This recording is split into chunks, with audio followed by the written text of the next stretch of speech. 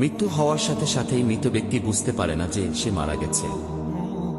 মৃত্যু পরবর্তী সময়ে আত্মীয় স্বজনের কান্নাকাটি, তাকে গোসল করানো, কাফনের কাপড় পরানো, এমনকি তাকে কবরস্থ করা পর্যন্ত নিজেকে সে মনে করে মৃত্যুর স্বপ্ন দেখছে। যখন তাকে মাটিতে শোয়ানো হচ্ছে তখনও তিনি স্বপ্নের ঘোরে থাকেন আর মনে করতে থাকেন এটি একটি স্বপ্ন। তারপরে সে চিৎকার করে, কিন্তু কেউ তার চিৎকার শুনে না। পরে যখন সবাই তাকে কবরের অন্ধকারে ফেলে চলে যায় আর সে মাটির নিচে একা হয়ে যায়, তখন আল্লাহ তার প্রাণ ফিরিয়ে দেন। সে চোখ খুলে তার খারাপ স্বপ্ন থেকে জেগে ওঠে। প্রথমে তিনি খুশি এবং কৃতজ্ঞ হয় এই কারণে যে তিনি যা দেখছিলেন তা কেবল একটি দুঃস্বপ্ন এবং তিনি এখন ঘুম থেকে জেগে আছেন। তারপরে সে তার দেহটি স্পর্শ করতে শুরু করে, যা কেবল একটি সাদা কাপড়ে জড়িয়ে রাখা হয়েছিল। তখন সে অবাক হয়ে বলতে থাকে, আমার শার্ট কোথায়, আমার প্যান্ট কোথায়? এবং সে আরো অবাক হয়ে বলতে থাকে, আমি কোথায়, এই জায়গাটি কোথায়, সর্বত্র ময়লা মাটির গন্ধ কেন, আমি এখানে কি করছি? অতঃপর সে বুঝতে শুরু করে যে সে ভূগর্ভস্থ এবং তিনি যে অভিজ্ঞতা নিচ্ছেন তা স্বপ্ন নয়। এবং সে আরো বুঝতে পারে যে তিনি সত্যিই মারা গেছেন।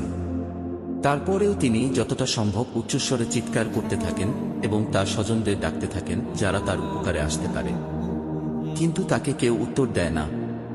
অতঃপর সে মনে করে যে এই মুহূর্তে কেবলমাত্র আশা মহান আল্লাহর কাছে।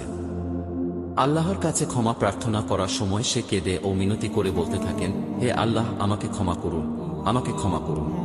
তিনি একটি অবিশ্বাস্য ভয় নিয়ে চিৎকার করেন যা তার জীবদ্দশায় তিনি এর আগে কখনো অনুভব করেনি। যদি তিনি একজন ভালো ব্যক্তি হন তাহলে হাসি মুখে দুজন ফেরেশতা তাকে সান্ত্বনা দেওয়ার জন্য তাকে সর্বোত্তম সেবা করবেন। আর যদি সে খারাপ লোক হয় তবে দুজন ফেরেশতা তার ভয় আরো বাড়িয়ে দেবে এবং তাদের কুরুচিপূর্ণ কাজ অনুসারে তাকে নির্যাতন করবে। আমরা জীবনে বহুবার বোবায় ধরা স্বপ্ন দেখে থাকি। আমরা কথা বলতে চাই কিন্তু বলতে পারি না, চিৎকার করতে চাই কিন্তু চিৎকার করতে পারি না, পাশের লোকদেরকে ডাকি কিন্তু তারা তা শুনতে পারে না। তখন ভয়ে দম বন্ধ হয়ে আসার অবস্থা হয়। এমন সময় কেউ হয়তো এসে ধাক্কা দিয়ে জাগিয়ে দেয়। মৃত্যুর পরের অবস্থা অনেকটা এরকমই।